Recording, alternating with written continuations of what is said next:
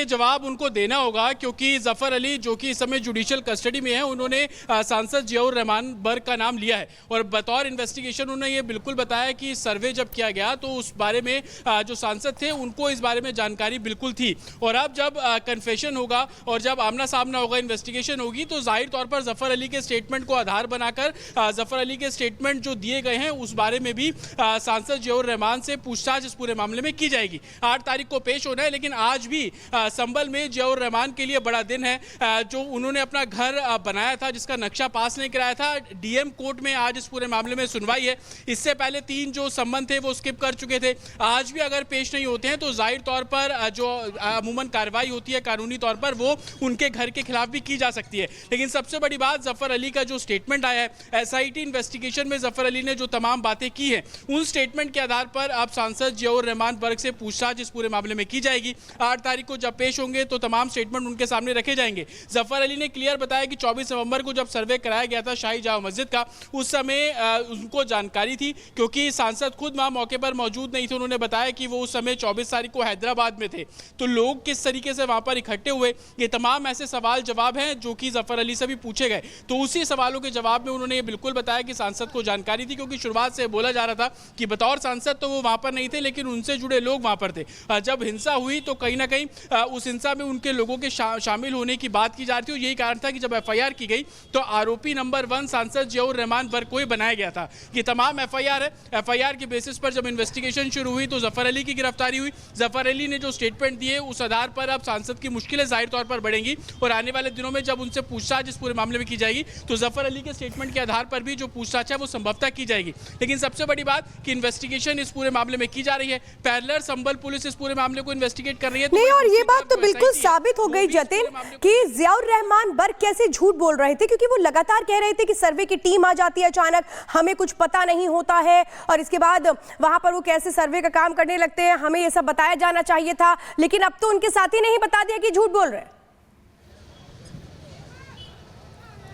बिल्कुल, देखिए, जब सांसद को आरोपी नंबर 1 बनाया गया था उस समय से ही वो ये बोल रहे थे कि वो संभल में थे ही नहीं जब हिंसा हुई। वो उस समय हैदराबाद में थे और जमीयत की कोई कॉन्फ्रेंस थी उसको अटेंड कर रहे थे। लेकिन आरोपी नंबर 1 इस बेसिस पे बनाया गया क्योंकि 70 से भी ज्यादा लोगों की गिरफ्तारी जब संभल हिंसा मामले में की गई, उन्होंने कई लोगों की जो मौजूदगी थी वो सांसद के साथ अमूमन देखी जाती थी। और इसी बेसिस पर जब उनसे पूछताछ की गई तो पता लगा कि वो सांसद के घर के आसपास जो कि दीपासराय इलाका पड़ता है वहां पर ही रहते थे। तो संभवतः इस लिंक को जोड़ते हुए उनको आरोपी नंबर 1 एक एफआईआर में बनाया गया था और उसी एफआईआर के आधार पर उनको 8 तारीख को इन्वेस्टिगेशन ज्वाइन करने के लिए भी बोला गया है। आपको याद होगा कि सांसद गिरफ्तारी से बचने के लिए इलाहाबाद हाईकोर्ट भी गए थे, जहां से उन्होंने गिरफ्तारी पर हाईकोर्ट ने रोक लगा दी, लेकिन इतना बिल्कुल बोला था कि आप इन्वेस्टिगेशन ज्वाइन करेंगे। लेकिन उसी बीच जब जफर अली की गिरफ्तारी होती है और वो सांसद के रोल को और इलेबोरेट करते हैं, वो बताते हैं कि सर्वे के बारे में उन्हें जानकारी थी। वो बताते हैं कि जो भीड़ वहां पर इकट्ठा हुई, एक एक करके जो भीड़ इकट्ठी होना शुरू होती है और काफी ऐसे स्टेटमेंट है जिस पर ऑफिशियली अभी पुलिसकर्मी कुछ कहने से बच रहे हैं। उनका यह कहना है कि अगर पुलिसकर्मी कुछ ज्यादा जानकारी देंगे तो केस पर इसका प्रभाव पड़ सकता है और यही कारण है कि इस पूरे मामले की जांच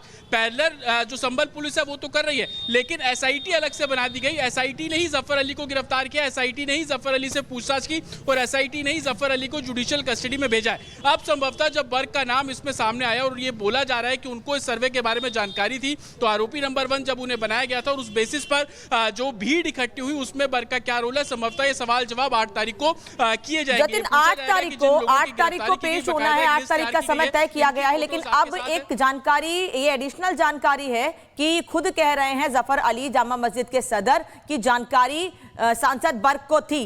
तो क्या ये माने कि उनको पहले भी बुलाया जा सकता है पूछताछ के लिए, या फिर 8 तारीख तय है?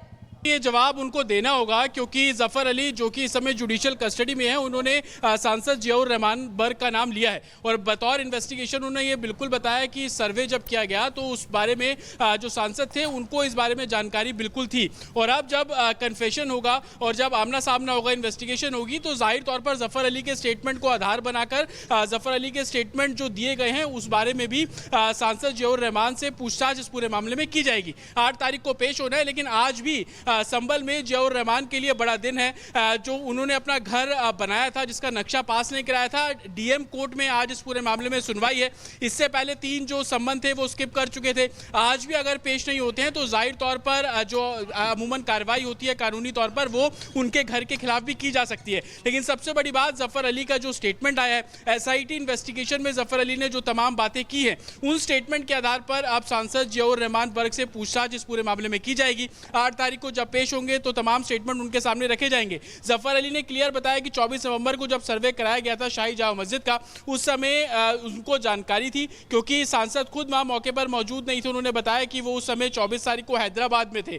तो लोग किस तरीके से वहां पर इकट्ठे हुए, ये तमाम ऐसे सवाल जवाब हैं जो कि जफर अली से भी पूछे गए। तो उसी सवालों के जवाब में उन्होंने ये बिल्कुल बताया कि सांसद को जानकारी थी, क्योंकि शुरुआत से बोला जा रहा था कि बतौर सांसद तो वो वहां पर नहीं थे, लेकिन उनसे जुड़े लोग वहां पर थे। जब हिंसा हुई तो कहीं ना कहीं उस हिंसा में उनके लोगों के शामिल होने की बात की जा रही थी। और यही कारण था कि जब एफआईआर की गई तो आरोपी नंबर 1 सांसद जियाउर रहमान बर्क को ही बनाया गया था। ये तमाम एफआईआर है। एफआईआर के बेसिस पर जब इन्वेस्टिगेशन शुरू हुई तो जफर अली की गिरफ्तारी हुई। जफर अली ने जो स्टेटमेंट दिए, उस आधार पर अब सांसद की मुश्किलें जाहिर तौर पर बढ़ेंगी। और आने वाले दिनों में जब उनसे पूछताछ इस पूरे मामले में की जाएगी तो जफर अली के स्टेटमेंट के आधार पर भी जो पूछताछ है वो संभवतः की जाएगी। लेकिन सबसे बड़ी बात कि इन्वेस्टिगेशन इस पूरे मामले में की जा रही है। पैरेलल संभल पुलिस इस पूरे मामले को इन्वेस्टिगेट कर रही है। नहीं, और ये बात तो बिल्कुल साबित हो गई जतिन कि जियाउर रहमान बर्क कैसे झूठ बोल रहे थे, क्योंकि वो लगातार कह रहे थे कि सर्वे की टीम आ जाती है अचानक, हमें कुछ पता नहीं होता है, और इसके बाद वहां पर वो कैसे सर्वे का काम करने लगते हैं, हमें ये सब बताया जाना चाहिए था। लेकिन अब तो उनके साथी ने ही बता दिया कि झूठ बोल रहे हैं।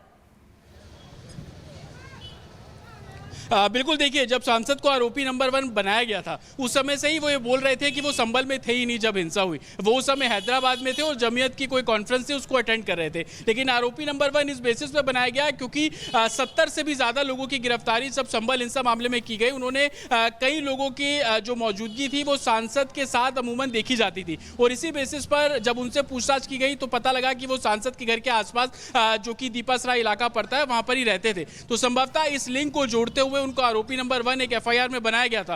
और उसी एफआईआर के आधार पर उनको 8 तारीख को इन्वेस्टिगेशन ज्वाइन करने के लिए भी बोला गया है। आपको याद होगा कि सांसद गिरफ्तारी से बचने के लिए इलाहाबाद हाईकोर्ट भी गए थे, जहां से उन्होंने गिरफ्तारी पर हाईकोर्ट ने रोक लगा दी, लेकिन इतना बिल्कुल बोला था कि आप इन्वेस्टिगेशन ज्वाइन करेंगे। लेकिन उसी बीच जब जफर अली की गिरफ्तारी होती है और वो सांसद के रोल को और इलेबोरेट करते हैं, वो बताते हैं कि सर्वे के बारे में उन्हें जानकारी थी। वो बताते हैं कि जो भीड़ वहां पर इकट्ठा हुई, एक एक करके जो भीड़ इकट्ठी होना शुरू होती है। और काफी ऐसे स्टेटमेंट है जिस पर ऑफिशियली अभी पुलिसकर्मी कुछ कहने से बच रहे हैं। उनका ये कहना है कि अगर पुलिसकर्मी कुछ ज्यादा जानकारी देंगे तो केस पर इसका प्रभाव पड़ सकता है। और यही कारण है कि इस पूरे मामले की जांच पैरेलल जो संभल पुलिस है वो तो कर रही है, लेकिन एसआईटी अलग से बना दी गई। एसआईटी ने ही जफर अली को गिरफ्तार किया, एसआईटी ने ही जफर अली से पूछताछ की और एसआईटी ने ही जफर अली को जुडिशियल कस्टडी में भेजा है। अब संभवतः जब बर्क का नाम इसमें सामने आया और ये बोला जा रहा है कि उनको इस सर्वे के बारे में जानकारी थी, तो आरोपी नंबर 1 जब उन्हें बनाया गया था और उस बेसिस पर जो भीड़ इकट्ठी हुई उसमें बर्क का क्या रोल है, संभवतः ये सवाल जवाब 8 तारीख को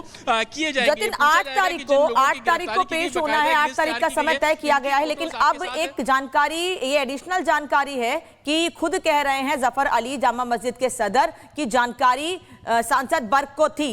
तो क्या ये माने कि उनको पहले भी बुलाया जा सकता है पूछताछ के लिए, या फिर 8 तारीख तय है?